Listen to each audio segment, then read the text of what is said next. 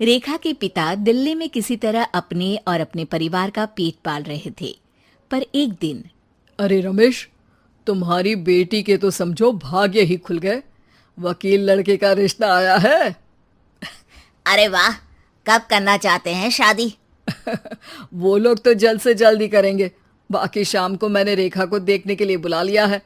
तेरा घर छोटा है तो तुम लोग मेरे घर ही आ जाना।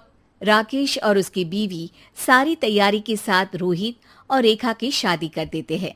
लेकिन अगले ही दिन देखो रेखा, शादी भले ही हो गई है, लेकिन तुम ये मत सोचना कि मैं किसी जोरू के गुलाम टाइप रहूंगा। रेखा को रोहित की बात अजीब लगती है। मैं ये तो सोच भी नहीं सकती और ना ही चाहती हूँ, लेकिन शादी के अगले ही दिन इस तरह की बात की उम्मीद भी नहीं थी। रोहित रेखा के मुंह से ये बात सुनकर गुस्सा हो जाता है। अरे, काफी जबान भी चला लेती हो। माँ ने सिखाया नहीं कि पति से कैसे बात करते हैं? रेखा अब चुप रहने में ही भलाई समझती है। रेखा, जल्दी से नाश्ता तैयार कर लो। आज पहला दिन है, सारे काम तुम्हें समझा दूंगी। ये नौकरानी है जो तुम्हें बता देगी कि कैसे कैसे क्या करना है। फिर इसकी कल से छुट्टी है। रेखा भी ससुराल में जी जान लगाकर काम करने लगती है।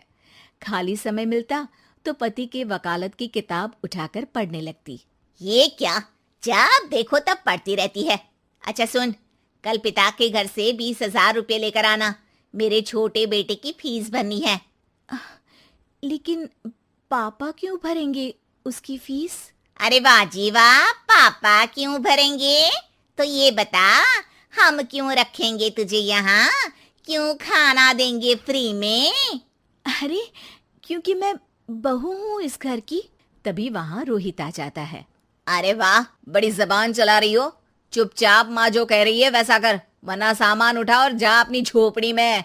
बेचारी रेखा क्या करती, पिता के घर जाती है, उनको सारा हाल बताती है। पिता भी जैसे तैसे पैसों का इंतजाम कर बेटी को ससुराल के लिए विदा करते हैं। देखा, अब कहाँ से आए पैसे? अरे बहुत माल है तुम लोगों के पास, बस सीधी उंगली से निकालते नहीं।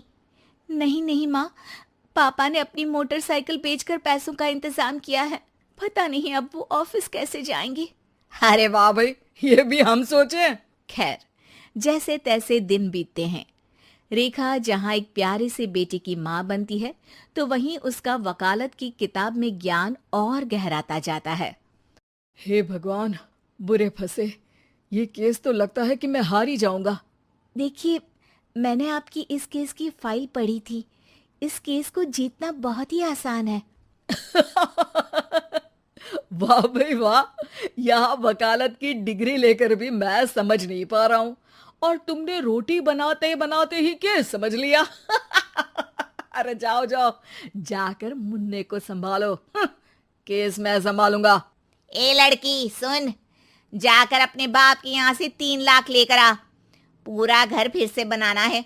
छोटे की शादी करूंगी तो छोटी बहू को कहाँ रखूंगी? पूरा घर तो तूने घेर रखा है। ऐसा मत बोलिए माँ जी, पापा इतना पैसा कहाँ से लाएंगे? अब तो वो रिटायर भी हो गए हैं। हाँ, तभी तो बोल रही हूँ, रिटायरमेंट के पैसे तो मिले होंगे ना। लेकिन वो अगर आपको दे देंगे तो बुढ़ापा कैसे काटेंगे? रोहित रेखा की बात सुनकर गुस्सा हो जाता है। ए सुन, चल अपना सामान उठा, अपना बच्चा उठा और निकल यहाँ से। रेखा के लाख आग्रह के बाद भी रोहित और उसकी सास उसे घर में नहीं रखते। पापा, मैं तलाक चाहती हूँ। बेटा, मेरे पास वकील के पैसे नहीं है। पापा, आप मुझे वकालत करवा दीजिए, अपना केस मैं खुद लड़ूंगी। इस बार रेखा के पिता भी उसे ससुराल ना भेजकर रिटायरमेंट के पैसों से वकालत करवाते हैं। और फिर एक दिन कोर्ट के बाहर, रोहित, आज तुम अपना ही केस हार गए, वो भी उस लड़की से जिसकी तुमने कभी कदर ही नहीं की। रेखा, मुझे माफ कर दो। मैं इतनी बड़ी अमाउंट कहाँ से लाऊंगा? मैं हर महीने पैसे नहीं दे सकता तुमको। पैसे वहीं से लाना जहां से तुम मेरे पापा को लाने के लिए मजबूर करते थे। एक पिता अपनी बेटी की शादी उसकी खुशहाली के लिए करता है, ना कि सारी जिंदगी कर्जदार बनने के लिए। अरे, मेरे ही बेटे की किताब पढ़ पढ़ कर ज्ञान बांट रही हो। वकालत की किताब तो ससुराल में ही पड़ी थी ना। बिल्कुल, यहाँ मेरी गलती रही। जिस पैसे से मैंने इसकी शादी की थी, मुझे वो पैसे पहले इसकी पढ़ाई में लगाना चाहिए था। और आज रेखा एक जानी मानी वकील के रूप में काम कर रही है।